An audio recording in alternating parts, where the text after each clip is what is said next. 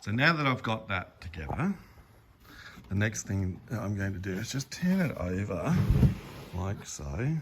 You can see it's sitting together, and I've got to say it's quite a nice looking box.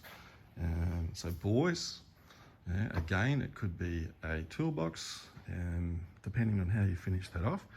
For the girls, it could be a beautiful blanket box, and boys, obviously, it can be a blanket box for your mum as well. But it's just sitting together at the moment. What we have to do now is clamp that up. So that'll be the next process. Going through, and you would have seen the pictures of setting all the clamps up ready to go, sitting there. We've spaced them out appropriately so that it's going to work. We don't have to muck around as such. Now I'm doing this by myself, so it's a little tricky holding a camera and doing it one-handed.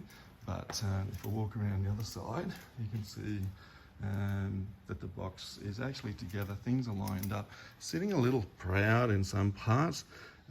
That's okay. The important part is to make sure that it's flush down the bottom. This is the top, and we can get the hand plane onto that just to shoot that through and level it up afterwards.